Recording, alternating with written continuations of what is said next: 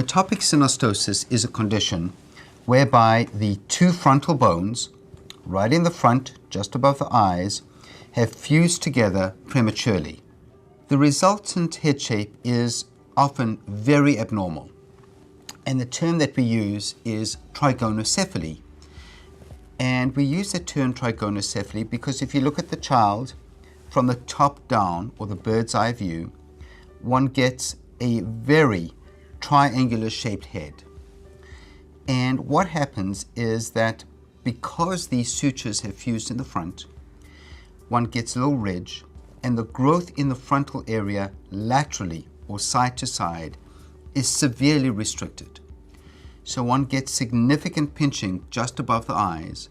In full-blown metopic synostosis, the only treatment is surgical.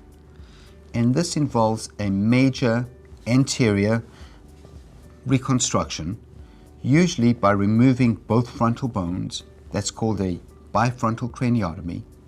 And then with the help of our plastic surgery colleagues, all of whom have excellent expertise dealing with facial abnormalities in children, often we will do a fronto-orbital advancement.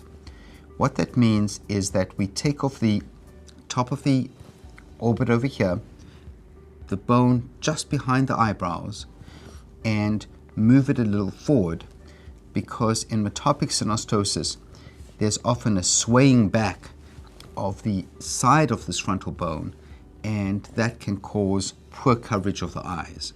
So this procedure is typically done as a combined neurosurgery, plastic surgery procedure. The goal of the neurosurgeon is to safely remove the bones and protect the underlying brain. Our plastic and reconstructive surgeons, who have very aesthetic qualities and are very artistic, will remodel those bones and put them back in a more normal fashion so that the child can have their genetically determined normal appearance. The surgery takes about 3 to 4 hours.